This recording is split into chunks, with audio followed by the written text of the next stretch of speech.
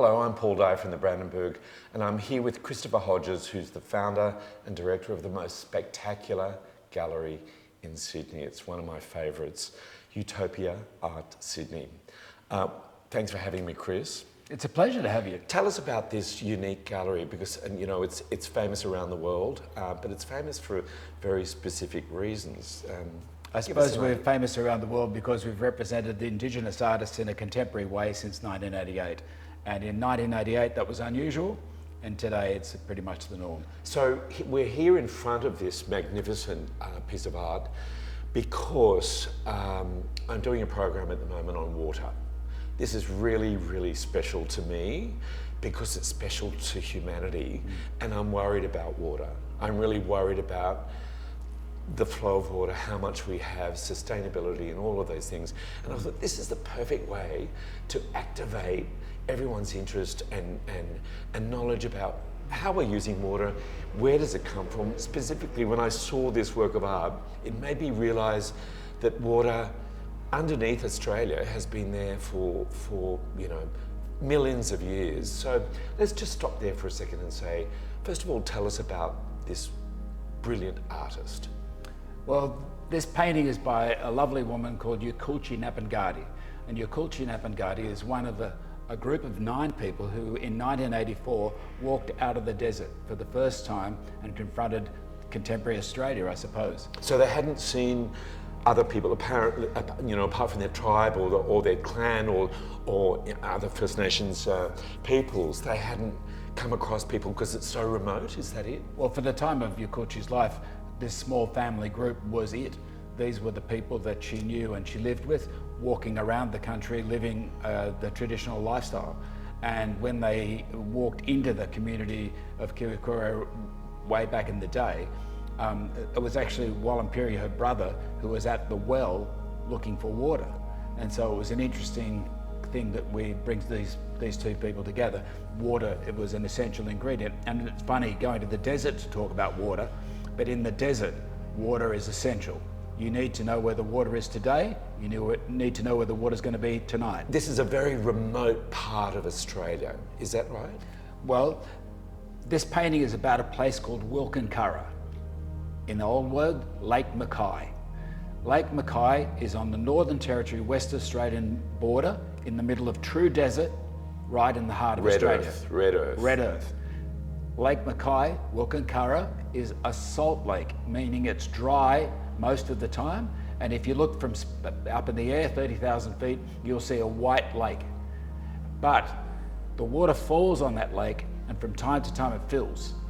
And when it fills, the water seeps into the ground, into the sand, spreads under the sand, and at various locales around the lake, it's purified by the journey, and you have fresh water at various sites around Wilkinkara. So knowing your land, knowing your stories, you can find your way around to each of those places. By the waterholes. By the waterholes. And at times when there is a heavy rain and there's an abundance of water, you can stay and people can come and join together for celebrations or ceremonies. And so what we see in this picture is a time when the water is in the lake and the water is being blown gently by the wind and the water is rippling, and the afternoon sun is just catching the water as it shifts across the lake. This is the journey of the ancestor. This is a map. This is a poem. It's in your head, and you don't forget it because it's part of life. Tell us a little bit more about her style, I suppose you'd say, in a way. Well, Yolngu's style has been there since the beginning. Even when she used to put traditional shapes and motifs in the picture plane, she still had this way of making the dots vibrate.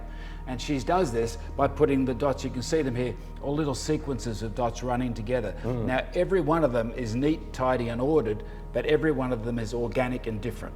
Okay. So it's the handmade nature of the dot that makes it work, but it's also the fact that she's able to sustain that throughout the whole of this big canvas. That's it. And her genius is the way that she can make this whole canvas vibrate and makes you think of all sorts of things in your mind. You know, sometimes it's the heat, sometimes it's the water, sometimes it's the lake. but at the same time, it's done in such a poetic and concentrated way, few people can match it. Just going back to the idea of water again, I find it absolutely incredible that she, as a young woman on the border of Northern Territory in Western Australia, would walk out into the earth and suddenly see a rock, and then suddenly see this rock moving, and then suddenly see something come out of the rock. To be that remotely, for us in the city, it's almost incomprehensible. So water has its, tell us about that, to repeat what you told me earlier about her view in the 1980s as a young girl. As a group of people, as a family walking through the desert, the older people, the mothers and fathers and the younger people, that they were a group that were isolated from our world, but completely at home in their own world. So they would see the tracks of the motor car on the ground, so they would follow the tracks of snakes or lizards or whatever they're tracking. And so these tracks, and when they followed those tracks one day, they saw this thing, which was like a rock. That was the closest thing they associated it with. And then the rock opened, and out of the rock spilled these people, which that didn't make sense to them at all, but they took it in, and that's as close as they could describe it later. Very interestingly, their observance of the land is crucial.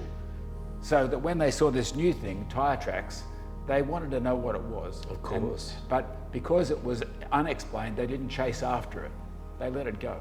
Wow. Pretty sensible. Thank you so much for having us in the gallery today.